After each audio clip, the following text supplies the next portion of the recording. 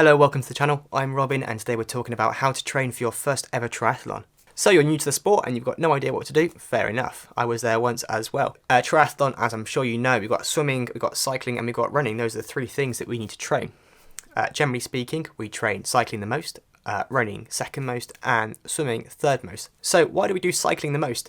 It's aerobic, it's non-impact, so less likely to get injured, and it's going to support the other sports. It's also usually making up the most amount of time during your triathlon race. This means it's really useful and also really important to train it a fair bit, probably about 60% of your total volume. Next up, we've got running.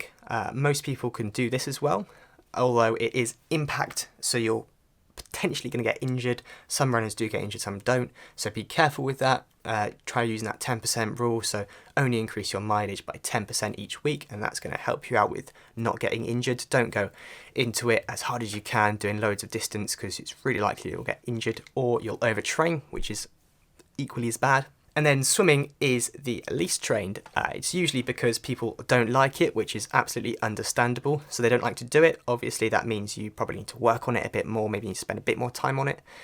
It's making up the smallest portion of your race, especially in comparison to the swimming and the cycling. It's a very, very small percentage. So people presume it doesn't matter as much, which is sort of true. It is non-impact and it is just as aerobic, if not more so, than cycling. So it's going to help out the other two sports as well. So if you can get sort of 2-3 swims in a week, then that's absolutely fantastic. So there we go. That's the breakdown of the actual three sports, but what should you actually be doing? So there's two approaches, generally speaking, depending on how much time you've got. If you don't have much time, you're going to have high intensity and, generally speaking, interval work. If you've got more time, so 10 plus hours a week to train, you can do some more low intensity stuff, sort of 80% at low intensity, 70% at low intensities. That's like you should be able to have a conversation whilst you're doing your exercise. So you're cycling your bike, you're running, you should be able to have a conversation without getting out of breath. That's how you can sort of gauge a nice easy level. So like sort of most of your stuff should be down there, and then maybe 1-2 stretching it at 3 hard days a week. So these are going to be your interval sessions. So that's where you go easy, then you go hard for a couple of minutes, then easy, then hard for a couple of minutes. And you can do that with all three of the sports. So maybe you could have a hard day, 2 cycling hard days, and a running hard day, say, depending on how your swimming is.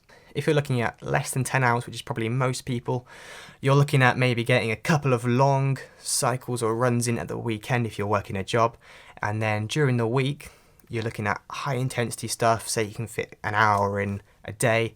You're looking at more high intensity stuff. Again, ideally only 2 or 3 hard days a week. If you do much more than that, studies are showing that you're not going to get much benefit. So try not to go hard on every single run, ride or swim.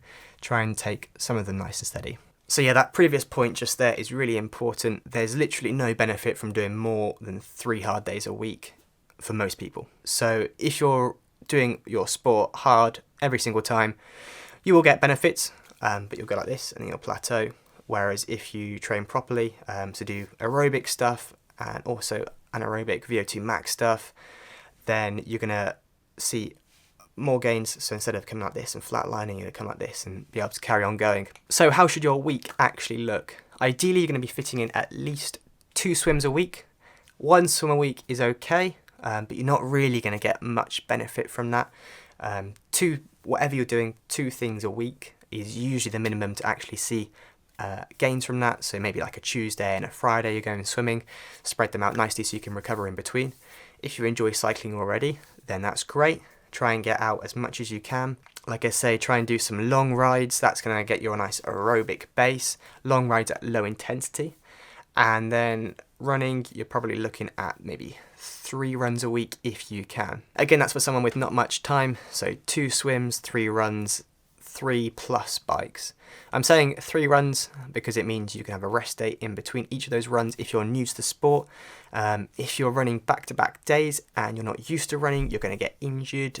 You're going to cause yourself some problems because your body's just not used to it. You will be able to do that later on, but at the start, try and have nice rest days in between your runs.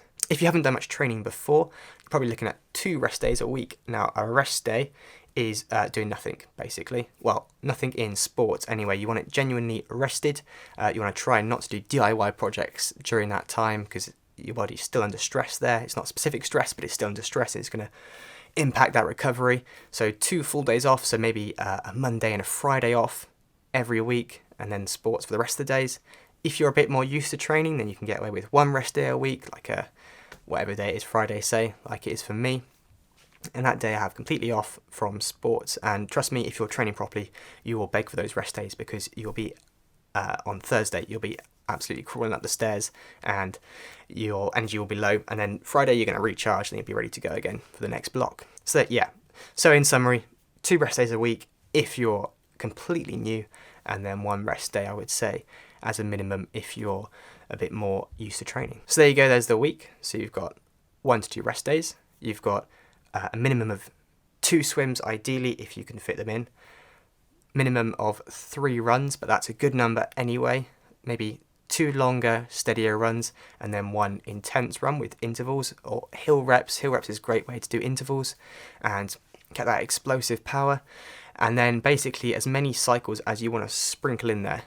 I wouldn't suggest doing more than 2 sports in 1 day, especially if you're new to the sport. That's going to be a great way to overtrain and blow up. If you do 3 sports in a day, it's going to have a big toll on your body.